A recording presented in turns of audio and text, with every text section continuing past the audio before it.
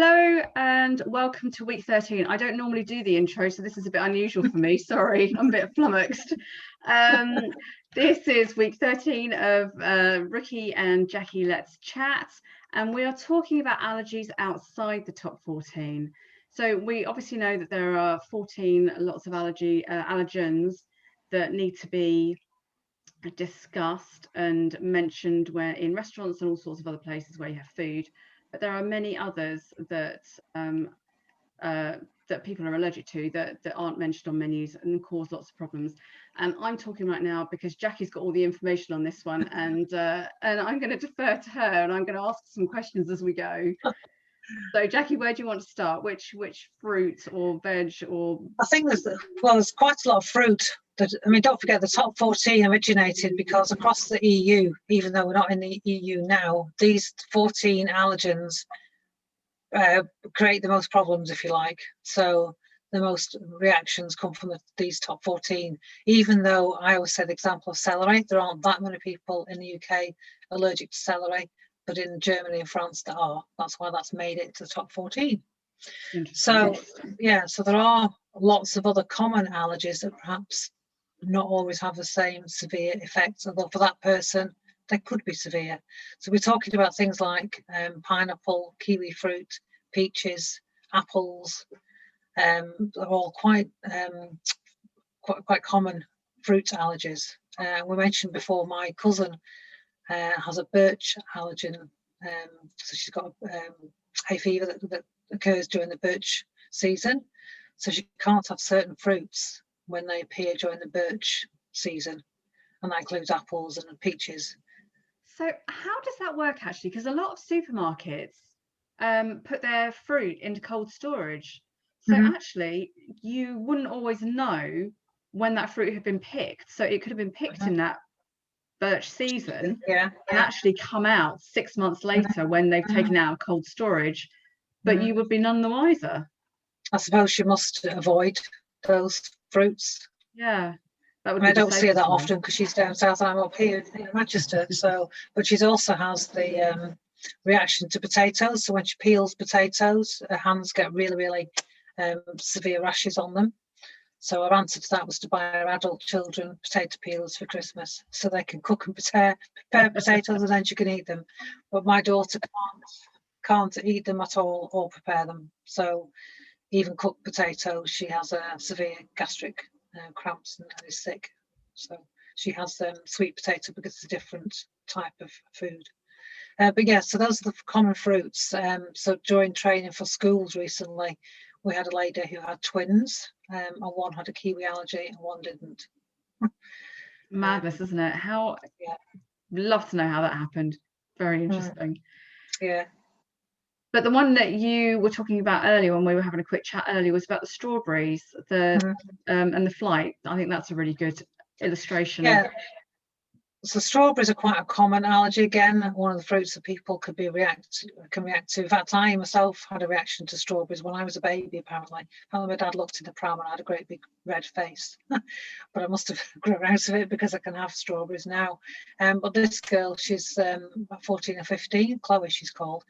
And her and her sister got that fed up with people's reactions when she tells people she's got a strawberry allergy. They've created a video, which is on the Lancashire County Council website.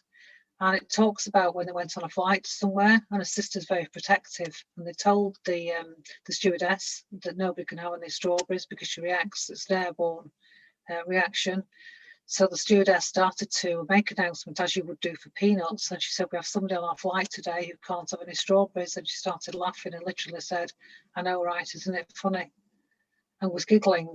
And so we can't serve Haribo sweets and we can't serve any strawberry drinks. So the older sister quite rightly went to speak to her afterwards and said, this is as serious as having a peanut allergy. She could end up having an anaphylactic reaction.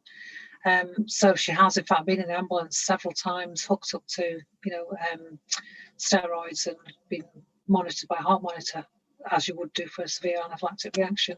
But people seem to think that if it's not in the top 14, it's less serious, which isn't the case.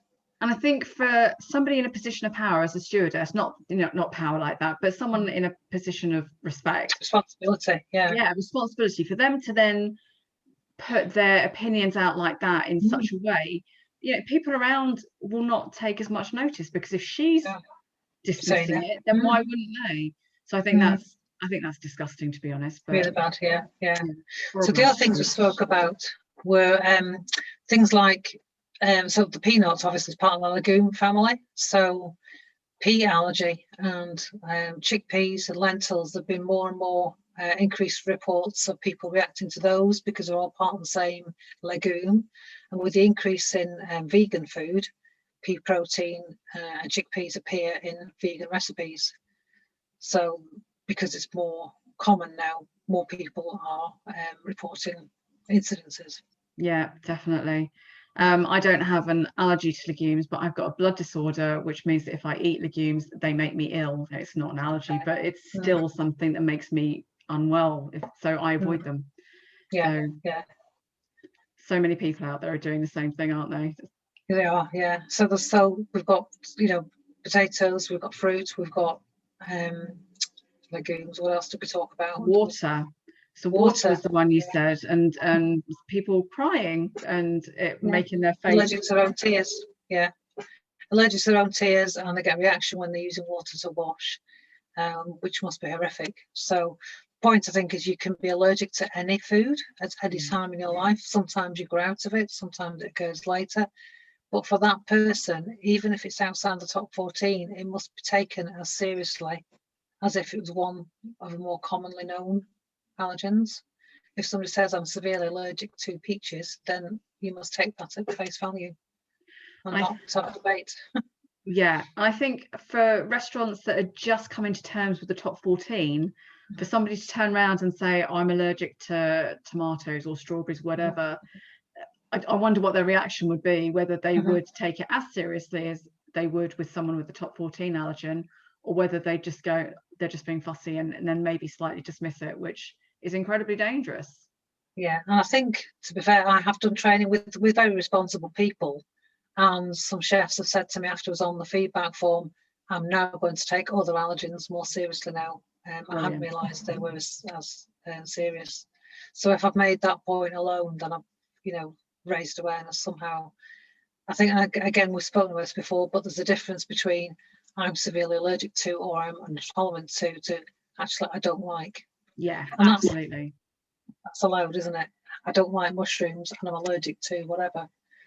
And that can sometimes be frustrating. But again, it's communication. Find out what to like, what's the likes and dislikes, and what can they absolutely need to avoid. Yeah, definitely. So there's a lot for people in the restaurant industry to kind of take on board with that, isn't there? Just trying to work out the distinctions between them.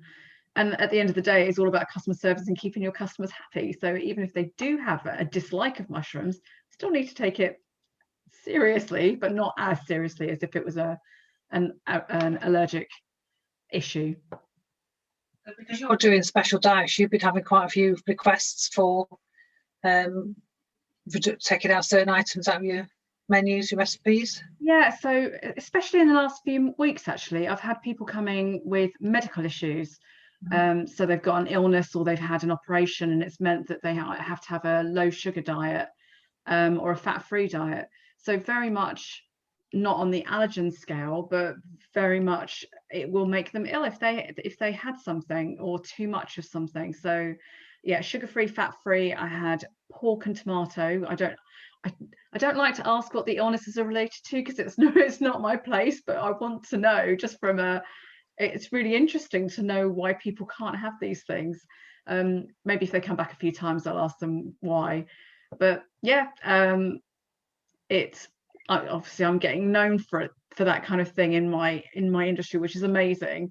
But it's just another thing for me to go, oh right, another one, okay, this is a new one on me, and then go do some research on it. So yes, it's definitely becoming bigger. Checking your ingredients, making sure adapting the recipe. So absolutely, yeah, definitely. And making sure that the substitute that you're using isn't going to make it do as much harm as using the original thing that they've said that they can't have, and all those kind of things. Yeah, definitely lots of research involved, and checking. Yeah. So you said last week you prepared something, 8 out of the 10 of them had dietary requirements. So I did a production lunch for for a team, and they were having packed lunches.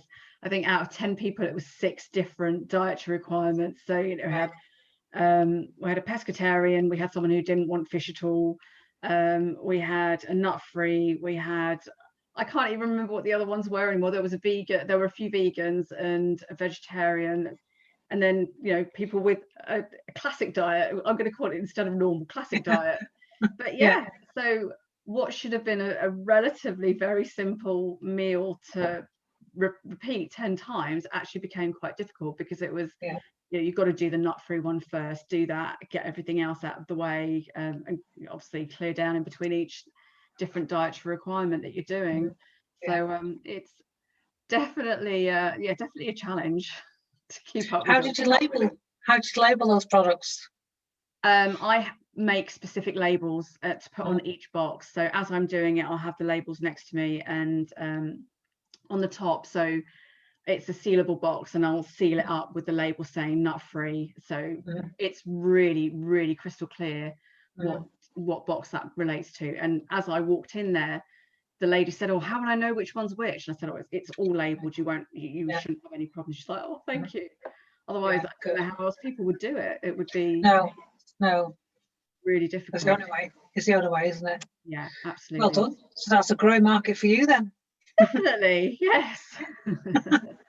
Good. So yes, if anybody asks about allergies outside the top 14, for them it may be really serious.